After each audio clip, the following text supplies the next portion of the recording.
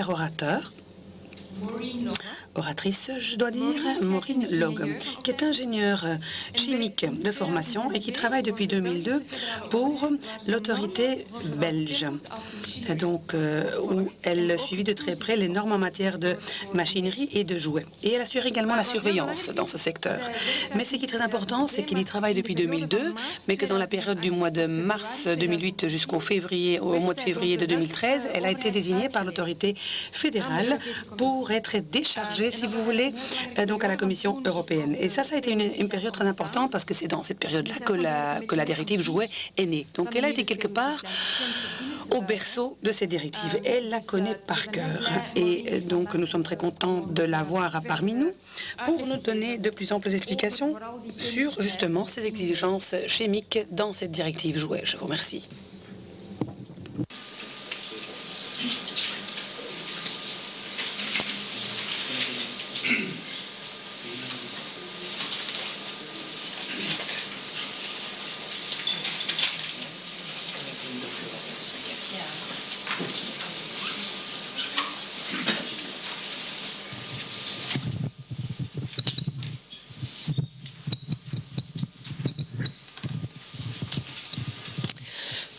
Goedemorgen allemaal. Bonjour à toutes et à tous. Je suis un peu enrhumée, donc ma voix ne sera peut-être pas si agréable. On m'a demandé de vous expliquer les exigences chimiques de la directive jouet, mais comme Catherine Van Reet vient de vous le dire, j'étais également impliquée dès le début de la naissance, en fait, de toutes les autres exigences. Mais comme ça vient d'être dit, en fait, nous allons nous focaliser surtout sur les exigences chimiques de cette directive jouet. La directive jouet a donc été adoptée en 2009 et publiée en 2009. Et donc la première partie est devenue active, je vais dire, en 2011. Mais les exigences chimiques n'ont été mises en œuvre que en 2013. Donc, qu'est-ce que cela signifie? Si vous avez encore commercialisé des jouets avant le 20 juillet de 2013, eh bien,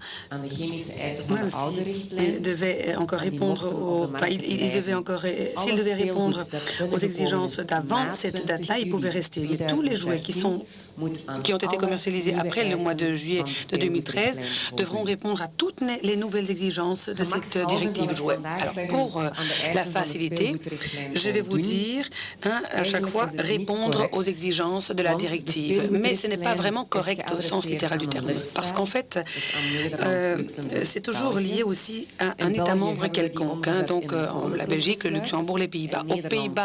En Belgique, nous l'avons converti en arrêté royal. Aux Pays-Bas, c'est une vraie loi. Et puis, nous avons encore le Luxembourg. Je ne sais pas s'il y a des luxembourgeois dans la salle. Apparemment, non. Combien de francophones y en a-t-il aujourd'hui? OK.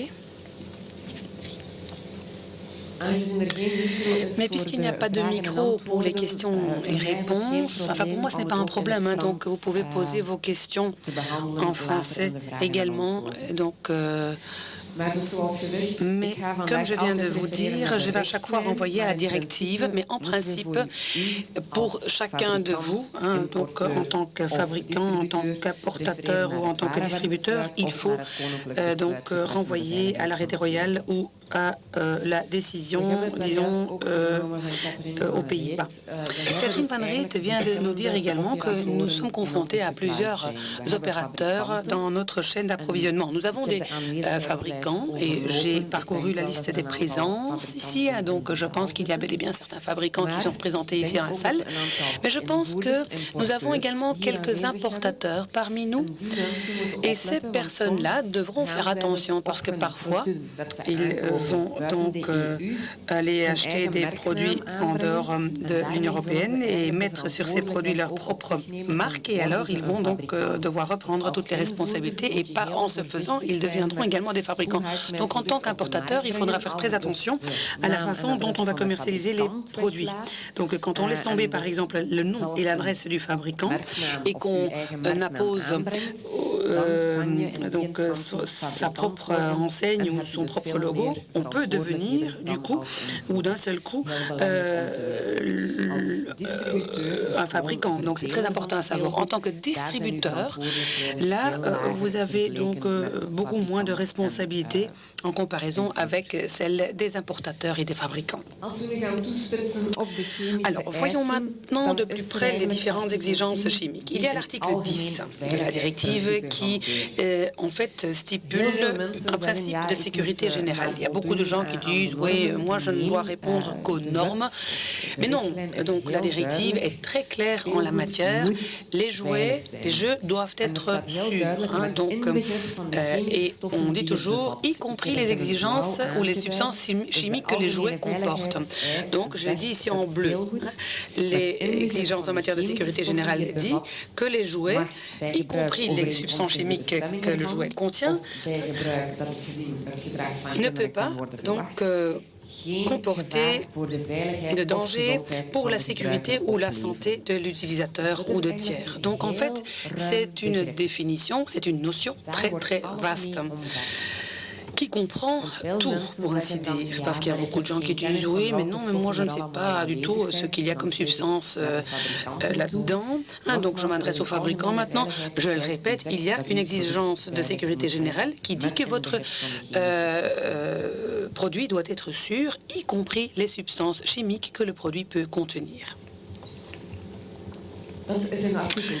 Donc ça, c'est l'article 10. Et puis, un peu plus loin, on renvoie également à des exigences particulières dans l'annexe de la directive. Et là aussi, un premier point de cette annexe qui reste une exigence de sécurité générale d'une importance cruciale. Les jouets sont conçus à ne pas générer de risques, donc dans un contexte de l'exposition à des substances chimiques ou à des mélanges dont le produit est fait. Donc ce qui est très important, c'est les termes pas de risque. Il n'y a jamais de risque zéro. Hein. Il y aura toujours quelque part un risque qui pourrait exister, mais nous avons également un autre terme qui est important ici, à savoir l'exposition. Donc il faudra voir quelle est l'exposition de l'enfant ou de l'utilisateur hein, donc par rapport à notre jouet. Et alors, bon, la question est de savoir comment on peut respecter cette exigence. Bon, là, j'ai mis un terme qui est évaluation de la sécurité. C'est une obligation de la directive qui donc fait déjà foi, enfin, qui fait foi déjà depuis le mois de juillet de 2011. Donc, il faut faire quelque part une évaluation en matière de sécurité. Mais en plus de cela, nous avons encore plus de détails qu'il faut parcourir, auxquels il faut répondre et qui établissent un lien avec les aspects chimiques. C'est quelque chose qui va être expliqué davantage par M. Van Woensel plus tard. Autre exigence à laquelle nous sommes confrontés, c'est que les jouets doivent correspondre à la législation communautaire en matière de certains produits et de certaines substances. Qu'est-ce que ça signifie? Eh bien, lorsque vous commercialisez en tant que fabricant certains jouets, certains jeux, nous disons qu'il ne faut pas uniquement répondre ou respecter la directive en matière de jouets, mais qu'il faut également répondre à toutes les autres directives converties en législation nationale qui peuvent être d'application sur votre produit. Et donc là, je pense par exemple à ce contexte de REACH hein, sur les substances chimiques. Je pense que tout le monde a déjà entendu parler des phtalates. Donc il y a une restriction de 0,1% pour les jouets et les articles pour enfants. Par contre, c'est quelque chose qui n'est pas littéralement mentionné dans la directive jouets, mais c'est quelque chose qui figure dans l'autre législation qui est la législation REACH. C'est une autre législation d'harmonisation. Donc il n'y a pas que la directive jouets qui fait foi ici, parce que dans la directive jouets, on renvoie également à l'autre législation qu'il faut respecter. Maintenant, vous allez me poser la question de savoir laquelle alors, ou lesquelles alors. Hein? Quelles sont les autres législations à respecter? Eh bien, ça dépend du type de jouet que vous allez commercialiser. Donc, lorsque des gens, par exemple, veulent lancer, je vous donne un exemple, hein, un service de thé, par exemple, ou des petites tasses de café ou des petites fourchettes en plastique, eh bien, ça fait partie de la législation des Food Contact Materials, parce qu'en fait, on prévoit là-dedans aussi un contact avec des denrées alimentaires. Donc, à ce moment-là, c'est la directive ou la règle 1935 qui peut être d'application. Je vous ai déjà parlé de REACH, par exemple. Et il y a également la régulation POPS, comme on dit. C'est aussi, oui, une législation sur des substances chimiques où le scope peut être moins directement concerné par toute la directive jouet, mais ça peut jouer un rôle en fonction du produit que vous faites ou que vous fabriquez. Et puis nous avons également le ROAS, donc Hazardous Substances. Donc là, le scope est élargi par rapport à d'autres réglementations précédentes. Donc si vous me posez la question de savoir quelle est la réglementation qui est encore à respecter à côté de la directive jouet, tout ce que je peux vous dire, c'est qu'il faut consulter ce lien sur Internet. C'est un aperçu de législation importante dans ce contexte. Et alors, vous allez devoir voir aussi le type de produit que vous voulez lancer ou commercialiser. Donc, et sur lequel vous devrez peut-être également appliquer l'autre législation. Mais je ne peux pas vous donner une réponse toute faite et générale pour tout le monde ici dans la salle, parce qu'en fait, chaque réponse sera liée au type de produit que vous commercialisez. Alors, les jouets qui, en soi, constituent un mélange ou une substance doivent répondre à la législation en matière de classification, d'emballage et d'étiquetage de produits dangereux ou de substances dangereuses. On appelle ça la TSD, Dangerous Substances Directive. Ensuite, nous avons la directive 1999-45 concernant les préparations. Et puis, nous avons également la 1272 concernant la classification, l'étiquetage et l'emballage. Bon, tout ça a l'air très, très compliqué, mais qu'est-ce que ça signifie concrètement? Donc, si vous avez par exemple un jouet que vous voulez commercialiser, par exemple de la peinture au doigt ou un mélange, ce sera considéré comme un mélange. Et donc, en fonction de la réglementation ou de ces réglementations, vous allez devoir apposer des phrases d'avertissement ou indiquer des phrases d'avertissement ou des pictogrammes. Donc, vous allez devoir consulter la législation pour voir quels sont les pictogrammes que vous êtes obligé de mettre. Donc, depuis à partir de 2015, il y aura une réglementation qui va remplacer ces différentes législations. Donc jusque-là, il y aura encore une réglementation de transition. Bon, je vous ai déjà donné quelques exemples, de la peinture au doigt, on parle également de crayon dans ce contexte, mais il y a d'autres substances mélangées qui peuvent être prises en considération, comme les sets chimiques ou les jeux chimiques. Tout dépend effectivement du type de produit que vous commercialisez. Alors, il y a encore une autre exigence chimique qui existe, à savoir celle concernant les substances cancérogènes, mutagènes ou toxiques, du type 1, 1B ou 2. Ce sont des substances qui ne peuvent pas être utilisées dans les jouets. Ce sont les substances CMR, donc cancérogènes, mutagènes ou toxiques, en français. Surtout dans le contexte de la procréation. Vous allez régulièrement revoir apparaître le terme CMR, c'est ça que ça veut dire. Donc, en principe, dans la directive, il est marqué, ou il est stipulé que ces substances-là ne peuvent pas être utilisées, point à la ligne. C'est ça qui est stipulé dans la directive. Mais vous allez voir sur le transparent suivant qu'il y a des exceptions qui sont possibles. Mais en principe, les CMR ne peuvent pas être utilisés dans les jouets.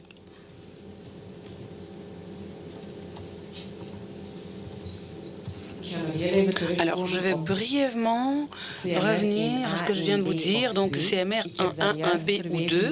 Donc, je viens de renvoyer au CLP, donc la législation en matière de classification, d'emballage et d'étiquetage de produits.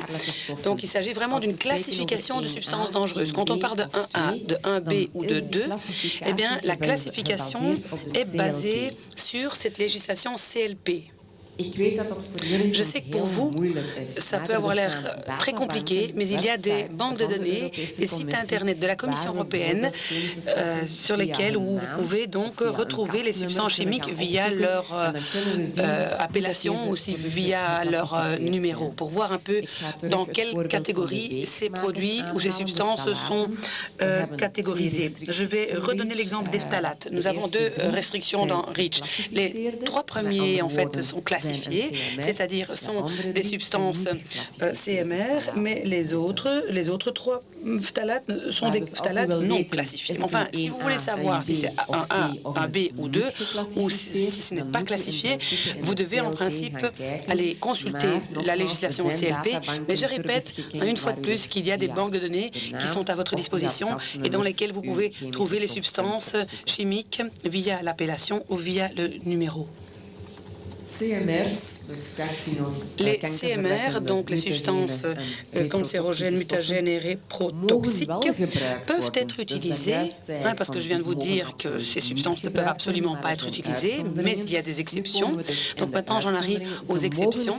Donc on peut les utiliser si la concentration de ces substances est inférieure ou égale à la concentration concernée dans la législation CLP. Donc c'est de nouveau la classification donc selon la directive 1272. J'ai mis entre parenthèses ici DPD, c'est-à-dire les préparations dangereuses, la directive en matière de préparation dangereuse. Pourquoi? Parce que jusqu'en 2015, effectivement, nous pouvons toujours faire appel à cette législation également. Mais si en tant que fabricant, vous dites aujourd'hui que vous voulez déjà vous conformer par rapport au CLP, nous n'avons aucun problème avec cela. Mais ici en haut, donc à droite, je vous ai fait un petit aperçu. Il y a plusieurs tableaux qui sont possibles, mais ceci c'est à titre indicatif. Donc pour les substances CMR de la catégorie 1A, 1B et 2, donc ça vous donne une indication sur les limites ou les seuils de concentration, générique. Je le répète, vous allez devoir vérifier cela pour chaque substance. Ceci est un tableau général, mais il se peut que pour toutes les substances, il y ait quand même une concentration spécifique qui fait foi, parce que certaines substances sont plus dangereuses que d'autres. Donc le 0,1 par exemple peut diminuer à ce moment-là, ça peut devenir 0,01% même pour certaines substances. Donc pour chaque substance, vous allez devoir vérifier quelles sont les concentrations spécifiques et génériques admises. Mais donc, via l'appellation de la substance ou via le numéro de caisse, en fait, vous allez pouvoir consulter tout cela dans les banques de données. Bon, la question est de savoir quelles banques de données, bien sûr, et où on peut les trouver, mais le lien est également mis dans la présentation de M. Van Moons tout à l'heure.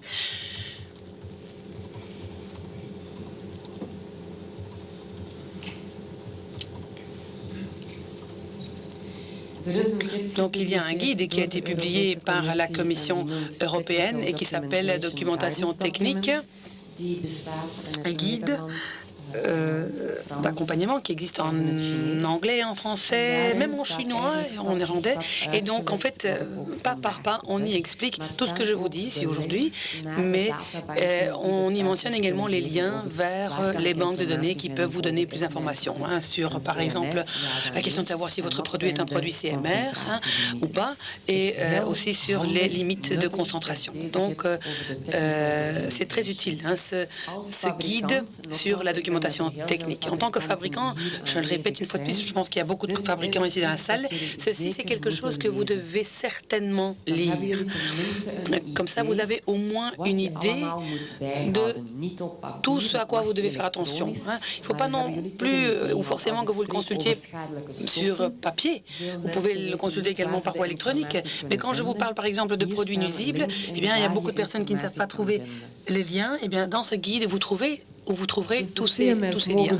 Donc les CMR peuvent être utilisés lorsque la concentration individuelle est inférieure ou égale aux concentrations concernées dans la législation CLP ou si ces substances ou mélanges ne sont pas accessibles. En d'autres termes, s'il n'y a pas d'exposition possible. Donc si on n'entre pas en contact direct avec la substance, on ne peut pas non plus, disons, l'absorber, on ne peut pas en avoir un problème au niveau corporel, donc il ne peut pas y avoir d'impact sur le corps humain. Donc, s'il n'y a pas exposition, il n'y a pas non plus d'effet désavantageux de la substance chimique. Donc, on peut à ce moment-là parfaitement les utiliser.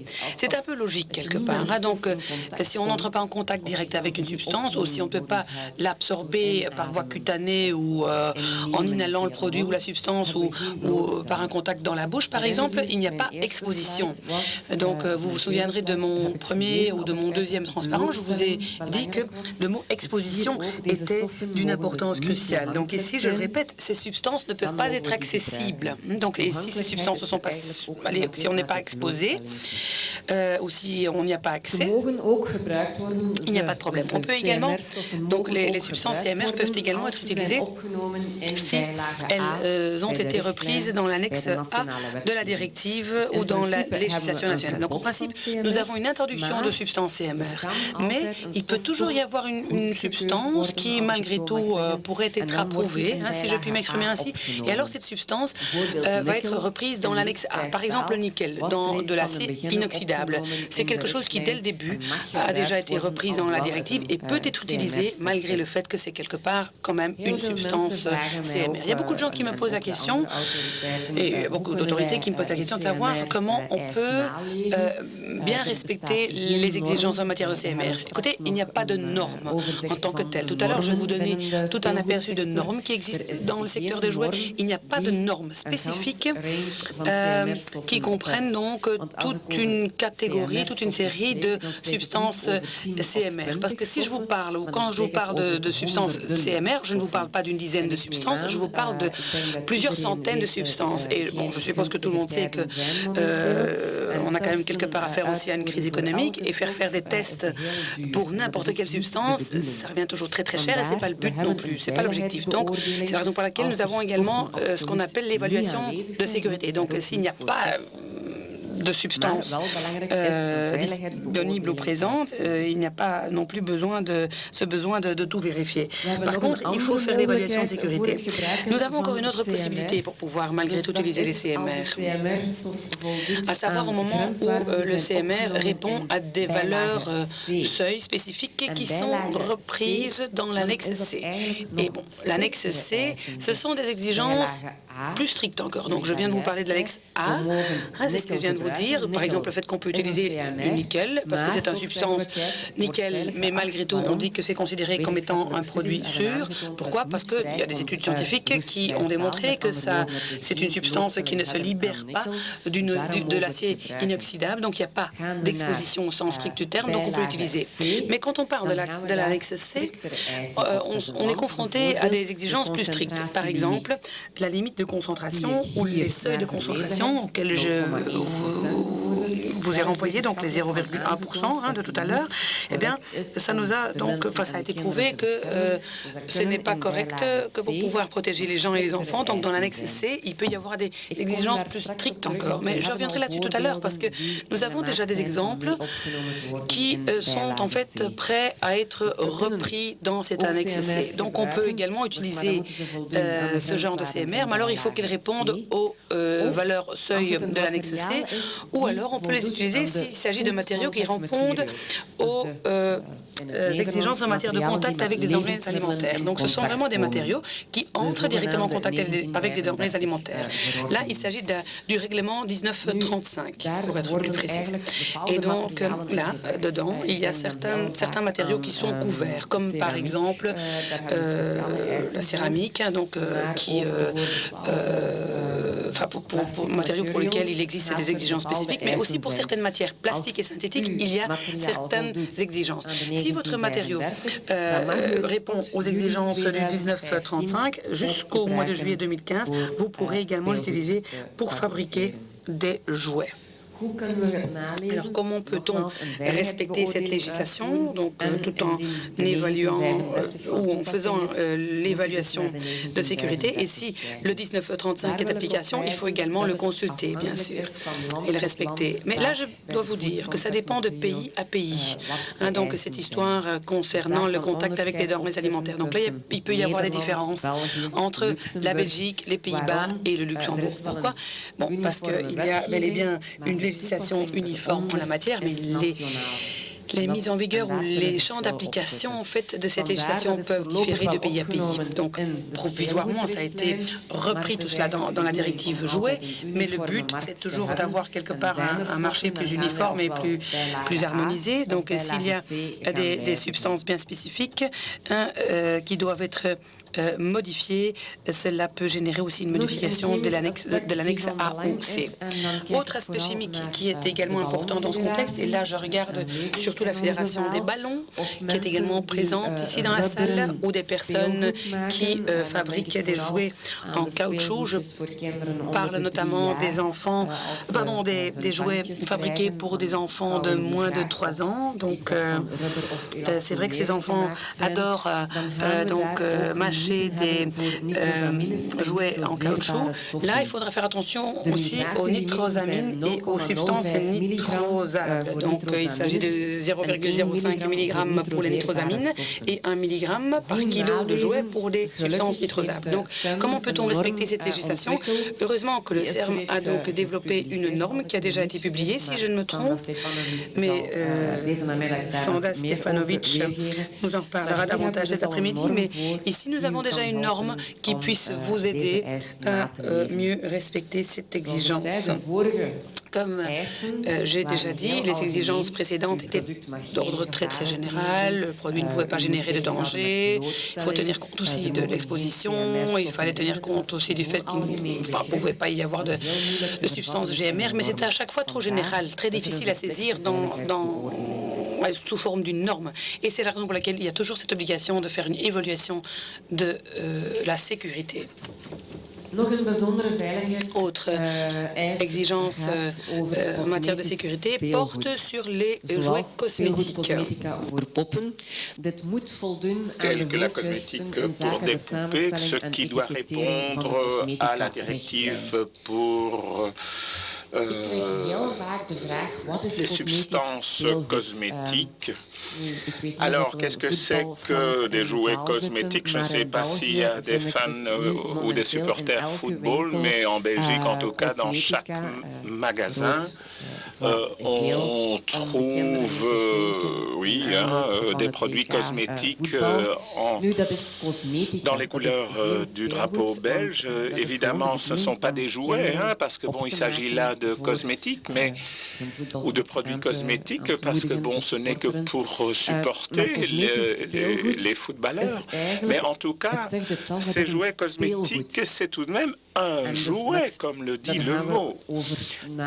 Et par exemple, du vernis d'ongles, ça peut être évidemment toutes sortes d'autres produits pour les poupées. Et donc, on va vraiment dans la direction de jouets cosmétiques. Alors, bon, si on parle évidemment de ce genre de choses, c'est à situer dans la directive, mais ces jouets cosmétiques doivent répondre à la directive sur les produits ou les substances cosmétiques. Et c'est déjà un nouveau règlement. Également, je dois adapter ça dans mon PowerPoint. Et c'est clair que souvent, il faut y apporter aussi une liste d'ingrédients qui ont été utilisés. Autre exigence concernant donc ces substances olfactives, c'est qu'il y en a certaines qui sont interdites, 55 en tout, à peu près, mais c'est à consulter dans la législation nationale. La liste est présente là. Il y a eu un débat énorme sur l'utilisation, oui ou non, de ces substances olfactives ou odorigènes. C'est clair que ces substances ne doivent pas être présentes, disaient certains. D'autres stipulaient ou estimaient que pour certains jouets, et là je pense évidemment à la plasticine qui, par exemple, pourrait être améliorée quand il s'agit de l'odeur, et là c'est nécessaire, mais on voit également des poupées sur le marché avec une certaine odeur, donc, et c'est intentionné. Donc quand cette directive a été établie, il y avait une discussion énorme, ce qui était possible, souhaitable, ce qu'on voulait vraiment. Alors cette directive a vu le jour, basée sur différentes études scientifiques qui stipulent que certaines substances allergènes ne peuvent certainement pas être utilisées et d'autres substances mènent à des réactions allergiques. Donc de là, cette première liste de 55 substances qui sont carrément interdites. Une deuxième liste a été faite d'autres substances olfactives allergènes qui mènent à moins de réactions allergiques. On appelle ça le sensitizing. Ce sont 11 substances, mais qui doivent obligatoirement être mentionnées sur vos jouets.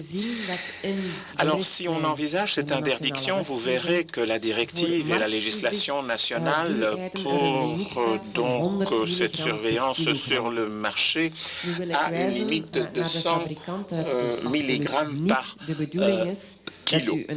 Alors, l'intention n'est évidemment pas d'ajouter ces substances olfactives jusqu'à cette limite de 100 mg. Non, c'est pour rendre possible l'inspection du marché et de rendre les choses plus simples, parce que lorsqu'on fait des tests, il peut y avoir des différences entre les différents résultats des différents laboratoires. De là que nous avons avancé cette limite, parce que, bon, les fabricants doivent évidemment respecter le Good Manufacturing Practice, donc les pratiques de production, si vous voulez, qui doivent être excellentes, mais cette limite existe donc. J'ai également dans ma présentation ajouté un lien qui traite du secteur de la cosmétique. Donc il y a des guidelines à disposition. Nous avons d'abord les Frequently Asked Questions, donc les questions qui sont souvent posées, et également les jouets borderline, donc à la limite. Est-ce que c'est vraiment quelque chose de cosmétique ou est-ce que c'est assujetti à une autre réglementation? Excusez-moi. Il y a donc là des suggestions, des avis qui sont écrits et que vous pouvez suivre. Lorsque cette directive des jouets a été discutée au niveau européen, concernant donc ces substances olfactives, nous avons également introduit une exception pour certains jeux des sets cosmétiques et autres. Bon, il s'agit là surtout de coffrets où les enfants peuvent apprendre à faire du savon, par exemple, ou apprendre à détecter certaines odeurs, certains parfums. Ces jouets peuvent contenir certaines substances olfactives, de 41 à 55 et de 1 à 11. Enfin, je ne l'ai pas repris dans cette présentation, mais ce type de jouet n'est certainement pas pour un groupe cible ayant un âge inférieur à 3 ans, et cela, vous devez le spécifier. Il faut également imposer un avertissement que, donc, ces substances peuvent être cause d'une réaction allergique. Et puis, le produit final, par exemple, le petit savon, doit répondre à l'ordonnance ou à la directive des cosmétiques ou des produits cosmétiques.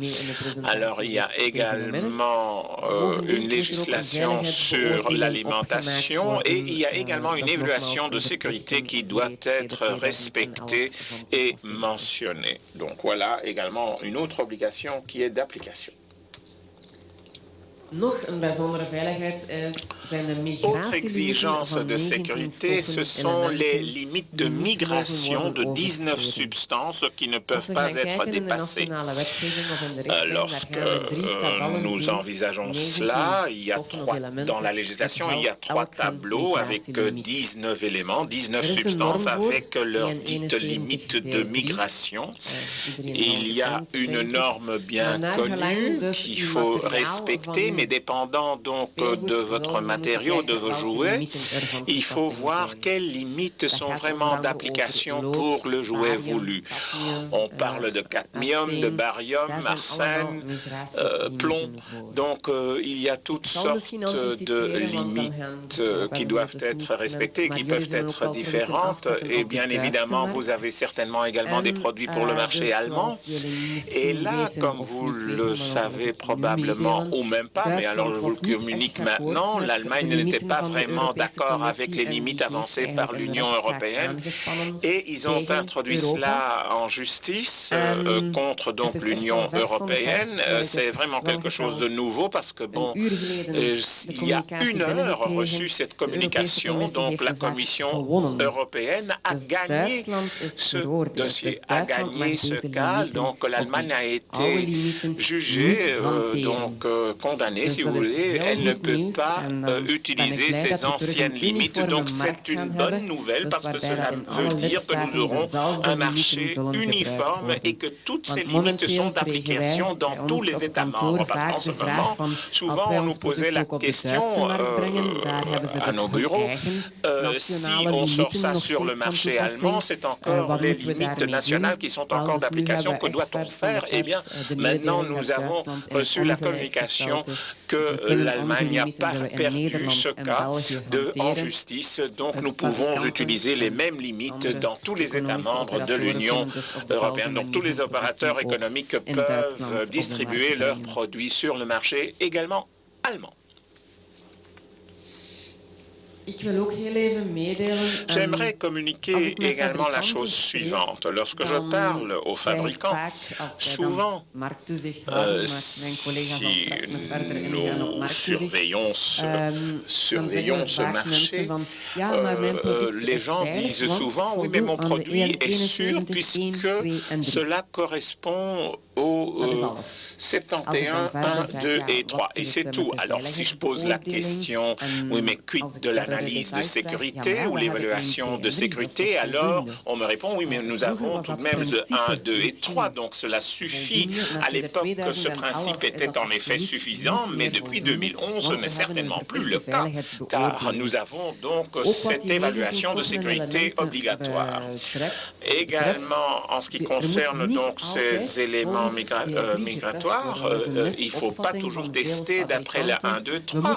C'est une mauvaise conception qui est maintenue par les fabricants parce que cela dépend exclusivement de votre produit. Donc de là que cette évaluation de sécurité est très utile en tant que fabricant parce que vous savez ce que vous devez tester et réduire vos coûts, puisque si vous faites des tests qui ne sont pas nécessaires, c'est assez onéreux.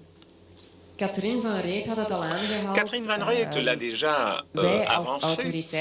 Nous, en tant qu'autorité, pour le mois de juillet, nous devons introduire un rapport auprès de la Commission européenne en ce qui concerne donc l'application de cette directive sur les jouets, et la Commission va évaluer si cette directive doit être modifiée, oui ou non. Alors, mis à part ce rapport, la Commission peut déjà apporter des modifications parce que c'est repris dans la directive, que c'est tout à fait possible en ce qui concerne notamment les substances olfactives allergènes, les limites de migration, les avertissements sur l'emballage, les limites spécifiques pour les substances chimiques pour les jouets pour les enfants de moins de 3 ans et ceux qui peuvent être introduits dans la cavité buccale, donc la bouche.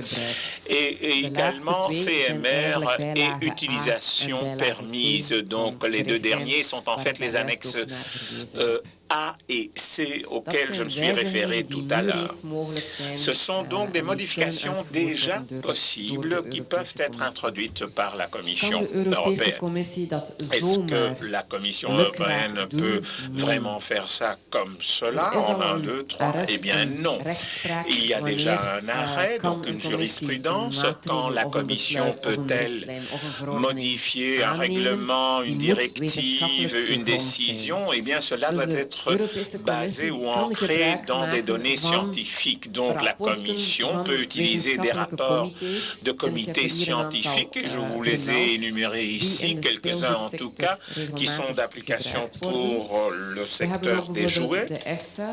Nous avons par exemple le European Food and Safety Agency, le EFSA, qui souvent évalue les aspects liés au plomb. Le Tolerable Daily Intake, de ce qu'on peut donc avoir par jour.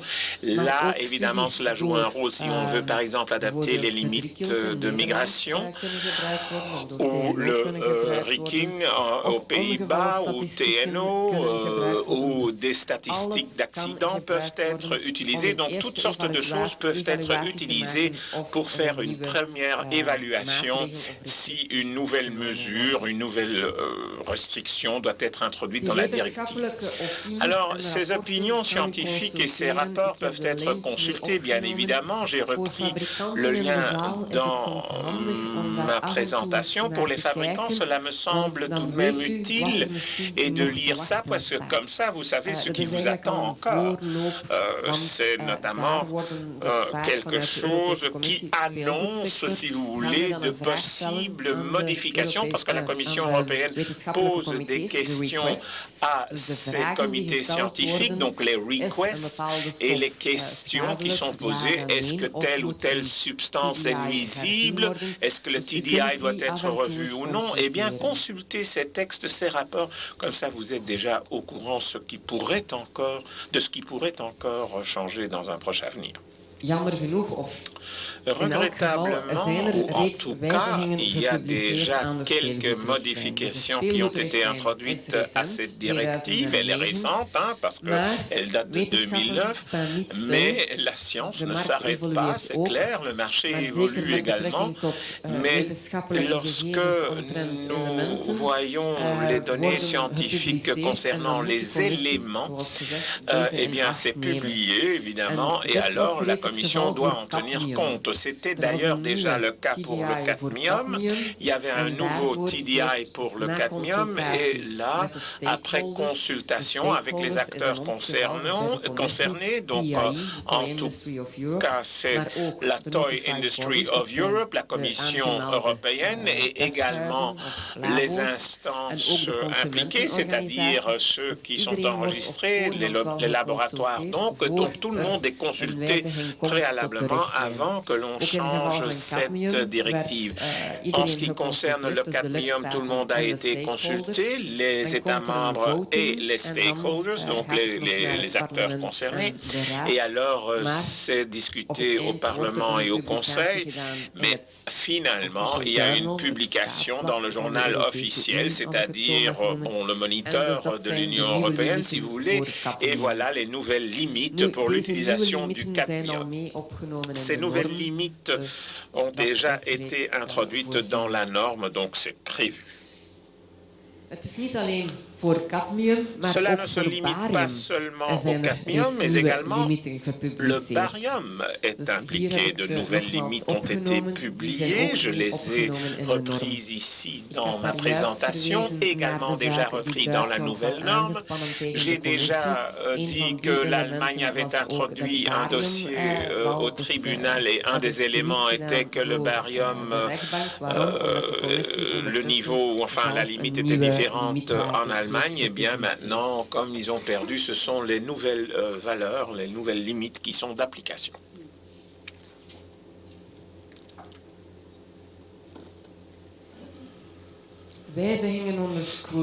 Alors, les modifications under scrutiny, alors ça veut dire quoi? Ce sont des propositions, des suggestions qui ont été discutées avec les différents États membres, qui ont été acceptées par ce groupe. Mais alors cette proposition doit être approuvée par le Conseil et par le Parlement européen. Ils ont une période de 3 mois pour discuter de cela et de stipuler s'ils sont d'accord ou pas. Et c'est ça le scrutiny. Donc cette période de consultation contrôle renforcé, si vous voulez.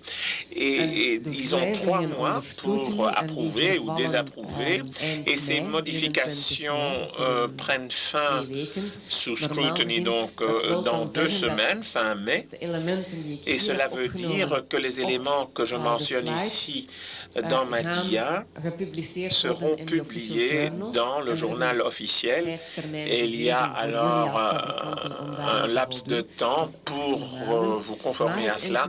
Ça veut dire 18 mois, mais cela implique qu'il y aura donc une limite pour le Flame Retardant TSIP, donc cela s'utilise plus en Europe en principe.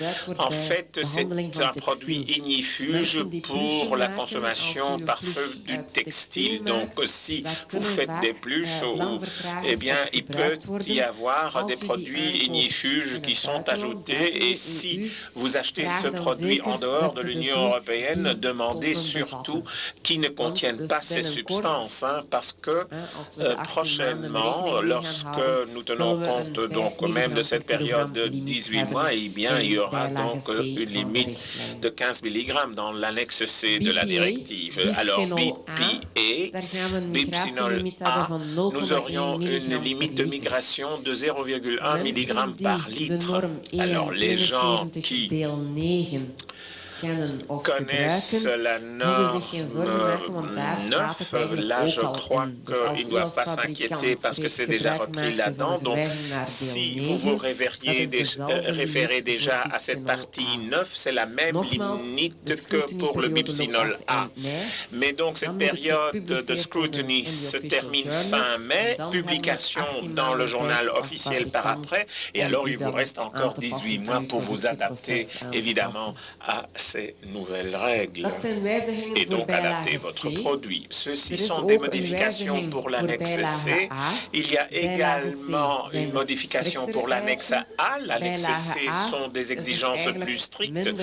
L'annexe A, c'est moins strict. Et là, nous avons, et je me suis déjà référé à l'acier inoxydable et le nickel, mais on va permettre que le nickel peut être utilisé dans des éléments de jouets pour garantir le fonctionnement électrique, qu'il y ait un passage de courant plus facile, si vous voulez.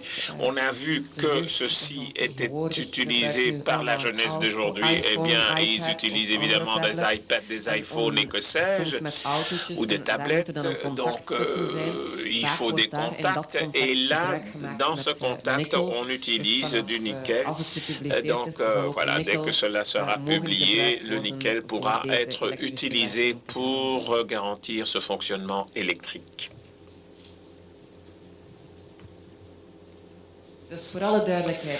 Pour être clair, ceci est une proposition qui a été acceptée par les États membres et tous les partis concernés.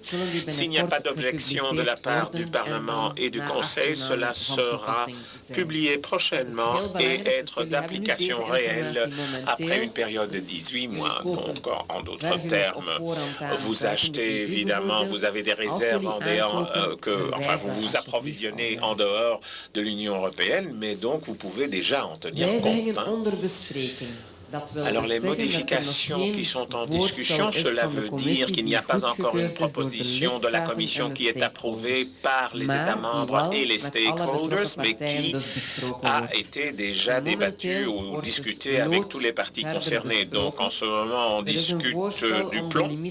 Il y a une proposition de réduire encore les limites de migration du plomb parce que le plomb a tout de même une influence néfaste sur l'être humain, donc pas seulement limité aux enfants, mais sur l'être humain. Chrome 6, là, l'Union européenne, enfin la Commission a demandé un avis à la chaire, et le chaire est un des comités scientifiques auxquels je me suis référé tout à l'heure. Si vous voulez connaître la question, vous cliquez sur le lien de la dia précédente, et cette opinion, comment ça s'appelle, comme ça s'appelle, donc cet avis n'a pas encore été publié. cela sera publié prochainement et alors il y aura une période de 3 mois pour émettre des commentaires. Si vous voulez être au courant, vous devez le faire par Ornis ou TIE pour voir si cette information est à disposition, mais pour être clair, cela n'a pas encore été envoyé pour qu'on puisse déjà réagir. Donc, ceci n'est pas encore... le micro est coupé.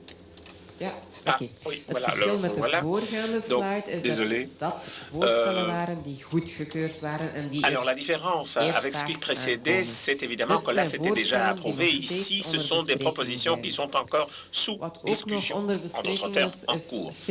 Ce qui est également en cours comme discussion, c'est tout ce qui a trait au phénol, les formamides, MCI et MI, en fait, du coton.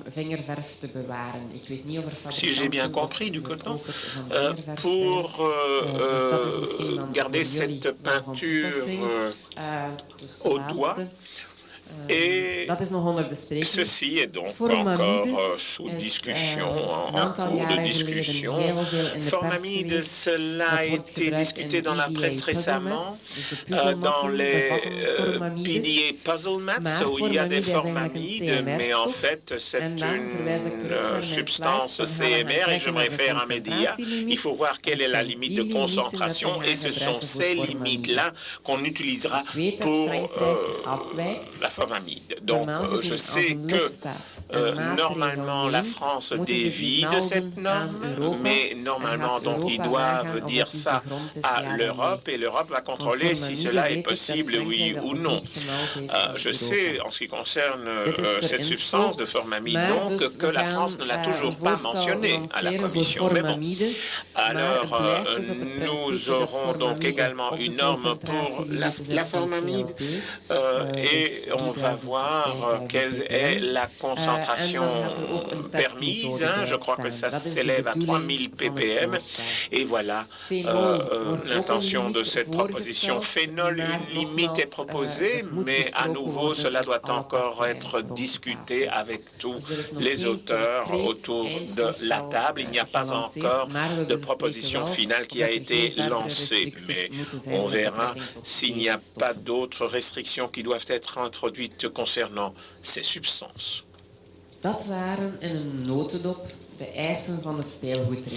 Voilà, en bref, les exigences chimiques et entrées à cette directive. Souvent, on croit qu'un jouet est un produit assez simple. Je peux vous garantir que ce n'est pas du tout le cas. Je me suis référé à la directive des jouets, sur les jouets, les exigences chimiques, et également, j'ai fait des parenthèses et entré aux autres réglementations. Et là, je veux y revenir encore quelques minutes parce que dans l'annexe 17, ce qui est très important pour les fabricants, là sont repris pas mal de substances qui sont réduites dans certains matériaux. Et là, il y a des hydrocarbures polyaromatiques, donc des PAX en néerlandais, et qui, dans des jouets, sont limités à 0,5 mg par kilogramme. Donc, vous verrez deux valeurs, mais pour les jouets, ça se limite à 0,5 mg par kilo.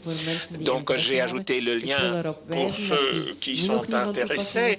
Je peux vous dire que ce n'est pas encore d'application maintenant, mais cela sera le cas, je crois, en 2015. Le cas, la date exacte est d'ailleurs reprise dans cette modification et que cela sera donc d'application dans un projet à venir. Mais c'est important pour vous que si vous faites déjà des achats, vous approvisionnez, c'est important d'en tenir compte. Puis, j'ai également déjà dit entry 51 et 52 des adoucisseurs.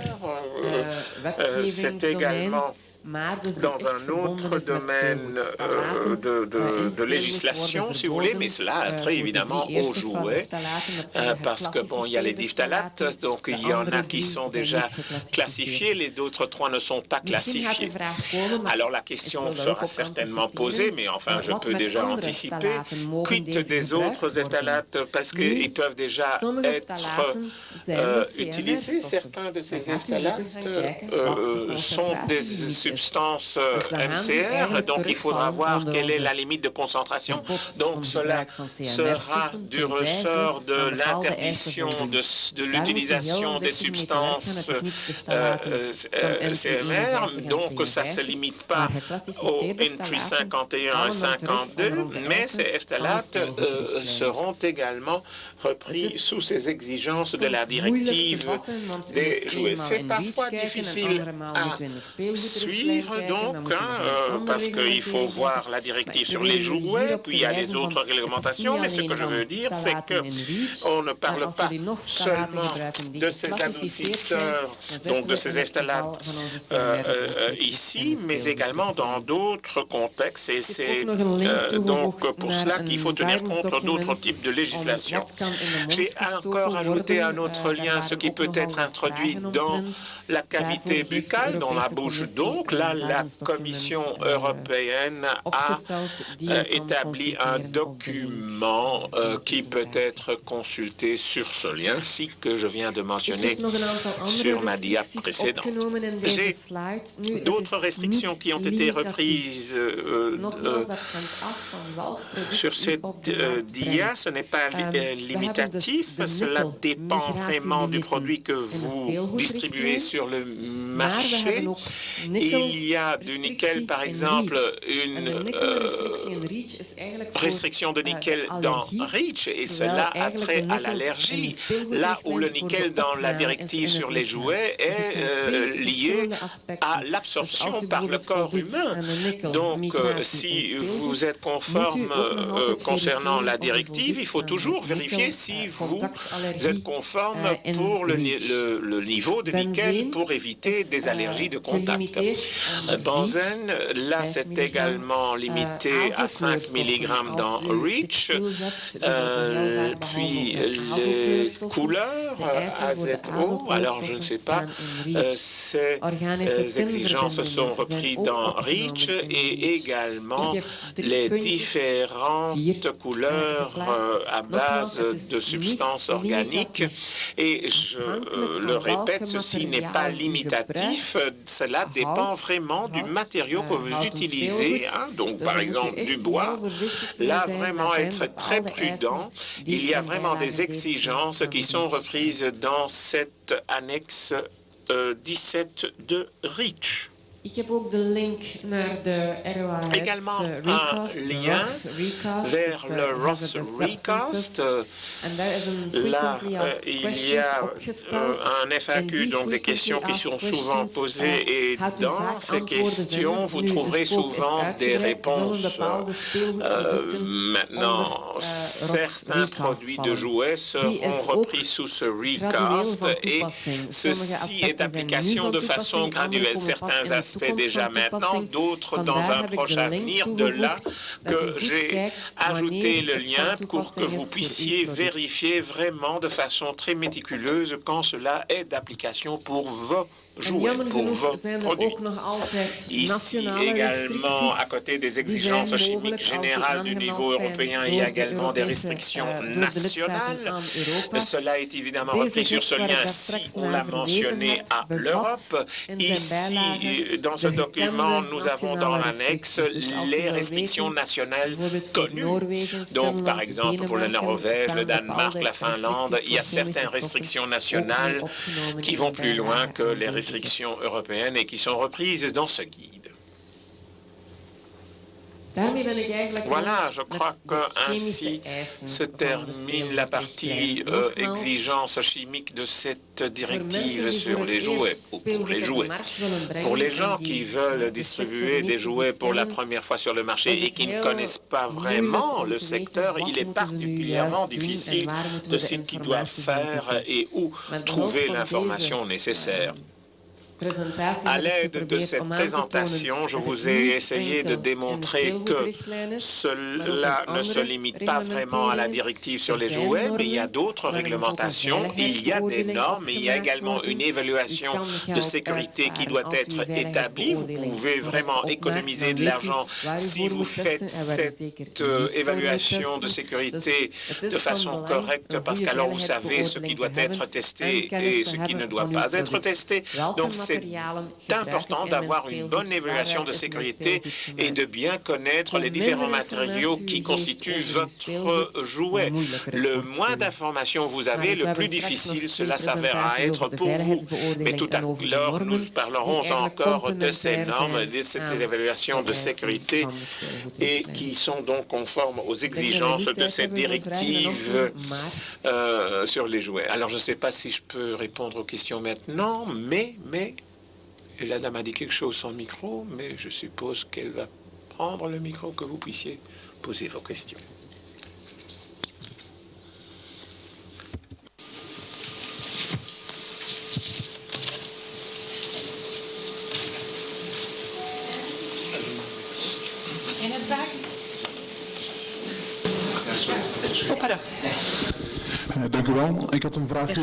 J'ai une question concernant le PAX que vous avez mentionné, qui va être adapté ou qui vont être adaptés l'année prochaine. Donc, par rapport au PAX, l'Allemagne a déjà de nouvelles exigences. Est-ce que ce sont les mêmes exigences qui seront alors harmonisées ou est-ce qu'il s'agit d'un autre set de substances?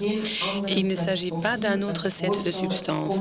La proposition vient effectivement de l'Allemagne et a été ou a fait l'objet de débats intenses, je vais dire, au niveau européen. Les exigences de l'Allemagne étaient parfois ou allaient parfois encore un peu plus loin, n'est-ce pas? Donc avec un certain nombre d'autres limites aussi, parce que le rapport qui a été introduit par l'Allemagne contenait justement certaines limites en fonction des différents jeux ou des jouets.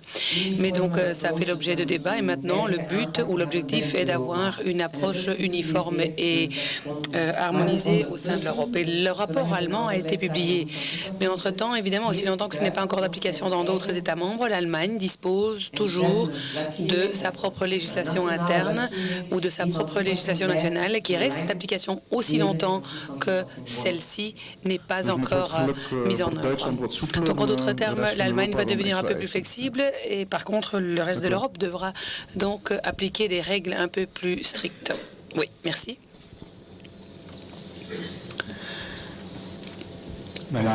Je m'appelle Huub Verdon du Vivo, de l'association d'importation du Moyen-Orient. J'ai bien entendu toutes vos explications bien claires, mais la question que je me pose est la suivante. Toutes ces exigences et toutes ces substances, etc., est-ce que ça a été décidé en concertation avec des grands pays de production en dehors de l'Europe, par exemple la Chine? Parce que vous venez de dire vous-même qu'effectivement c'est assez difficile à saisir, c'est très compliqué.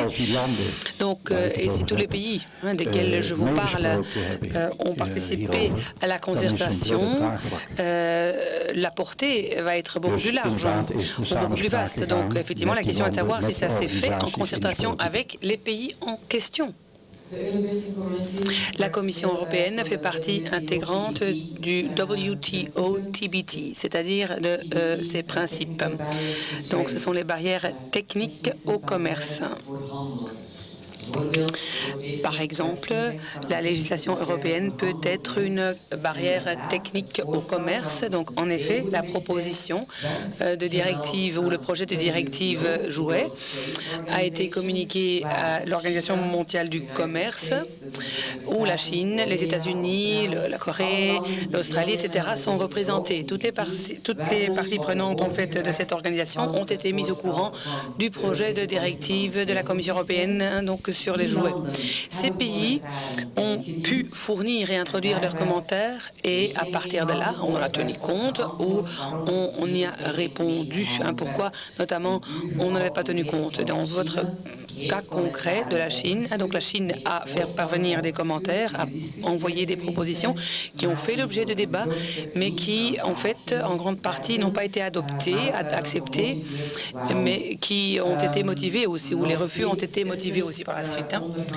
Il y a toujours des négociations en cours avec la Chine, avec les autorités chinoises, donc avec les QSIQ, pour notre contexte qui nous concerne ici. Et très souvent, ils sont déjà avertis au préalable de certaines propositions. Donc, dans mon transparent ou dans mes transparents, j'ai fait allusion donc au chromium 6, au formamide, etc., ou à la formamide, etc. Donc, tout ça, effectivement, est pris en considération. Ils sont parfaitement bien au courant. Qu'ils ne soient pas toujours d'accord, c'est aussi une chose qui est vraie. Mais nous devons motiver pourquoi.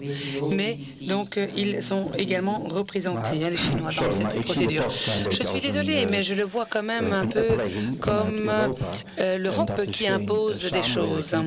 Ce n'est pas vraiment un lien de concertation ou de coopération qui existe pour en arriver à une réglementation uniforme qui serait également défendue par les Chinois. Oui, mais l'inverse est vrai aussi. Lorsque les autorités chinoises établissent une réglementation en matière donc, du triple C, c'est tout simplement communiqué, mais par contre, il n'y a pas toujours non plus...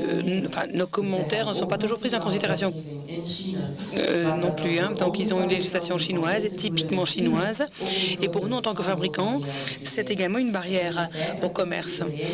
Donc, il est un fait que pas tout le monde est toujours content de la législation européenne ou aux États-Unis. Pour ma part, donc lorsque le PSI a été accepté, pardon, ou le CPSA a été adapté, ça n'a pas toujours été avec l'accord de tout le monde, mais il y a une consultation et il y a toujours des pour et des contre, ou des arguments pour et contre.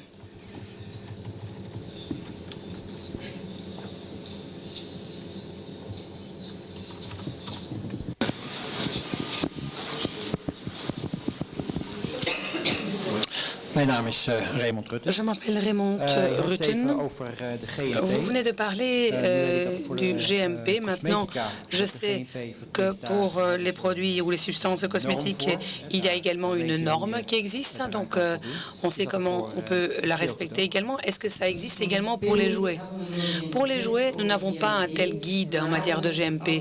Mais si je renvoyais au GMP, c'était pour les substances olfactives allergènes et j'ai renvoyé effectivement aux substances cosmétiques. Donc il n'y a rien de spécifique pour les jouets en tant que tels, mais bien pour les substances cosmétiques. Ça, oui.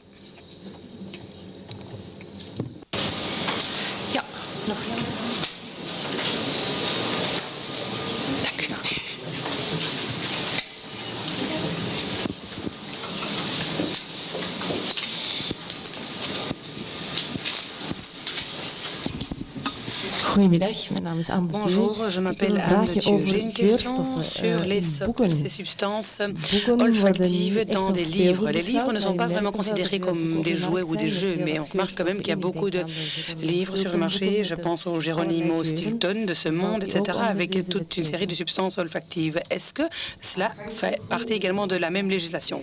Ça dépend de la classification du livre. Il y a un guide de la Commission européenne qui porte sur des livres, et les livres sont un sujet qui revient très très souvent.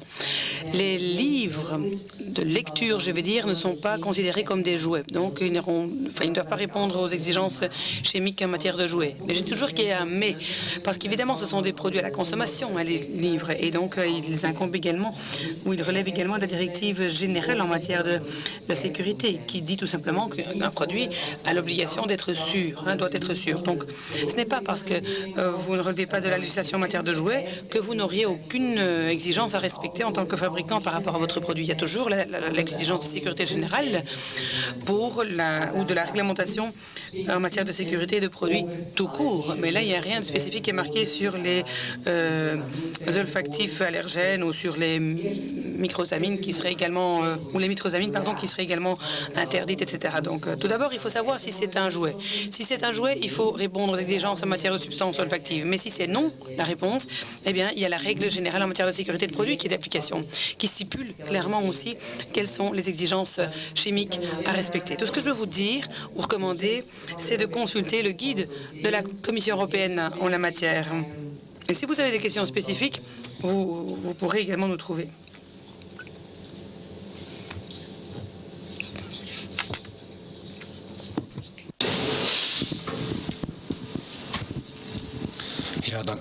Merci.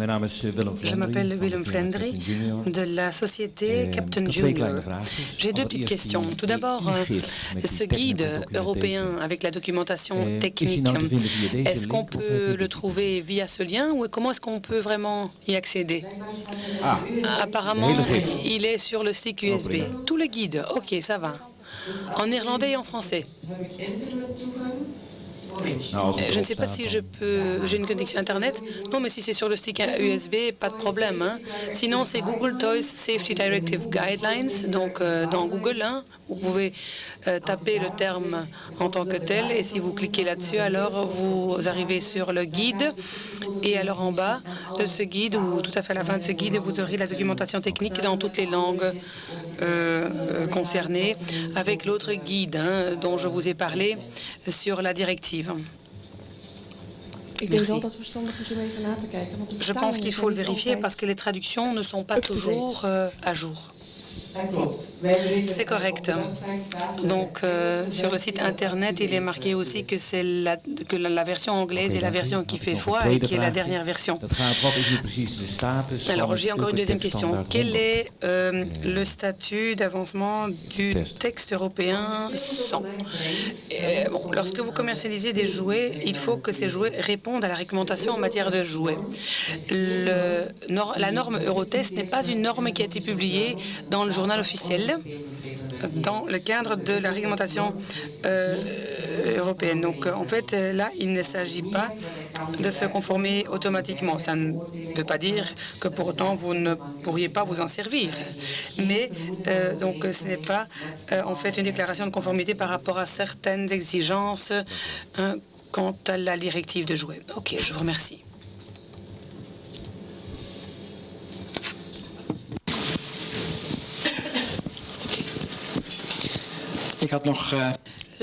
J'aurais encore une question sur les contaminations microbiologiques, donc pas vraiment des contaminations chimiques. Donc, si vous avez par exemple de la pâte à modeler ou de l'argile à modeler et que vous mettez ou que vous utilisez également un petit produit pour éviter qu'il y ait un problème de contamination, est-ce qu'il y a alors là des exigences par rapport à l'effectivité de ce produit?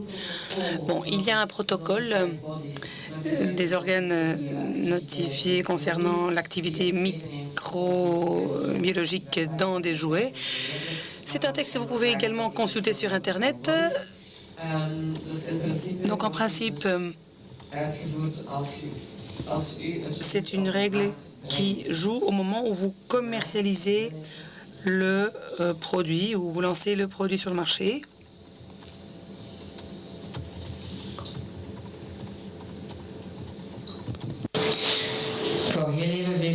Je voulais juste vérifier si c'était bien marqué, mais donc il est marqué utilisation conformément à l'usage donc par des enfants, vu le comportement des enfants. Mais donc, je devrais vérifier, mais je pense qu'à un moment donné, dans la directive, on renvoie à la durée de vie. Mais je devrais le vérifier, je ne saurais pas vous donner la réponse toute faite ici à cette question.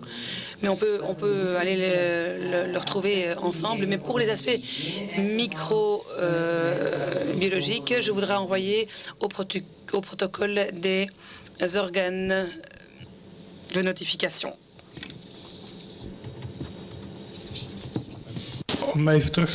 Alors, pour revenir à la question qui vient d'être posée, normalement, on part d'une période de 3 années, d'un délai de 3 ans après la commercialisation. Donc, 3 ans plus tard, la sécurité microbactérielle doit encore être garantie. Et ça vient de la législation GPSD. Donc, la directive de sécurité générale, mais les jouets n'en font pas partie. Non, mais ces exigences sont garanties de manière générale ou utilisées de manière générale. Oui, dans le GPSD, il n'y a rien qui est marqué sur le délai des 3 ans. Donc, ça ne viendra pas du GPSD directement, mais si c'est un principe qui est utilisé ailleurs, on peut éventuellement en élargir le contexte. Mais ce n'est pas comme ça que c'est marqué dans cette directive, parce qu'elle n'a pas d'exigence spécifique. Elle donne tout simplement l'exigence de sécurité générale. Mais sinon, on peut aller le vérifier tout à l'heure ensemble.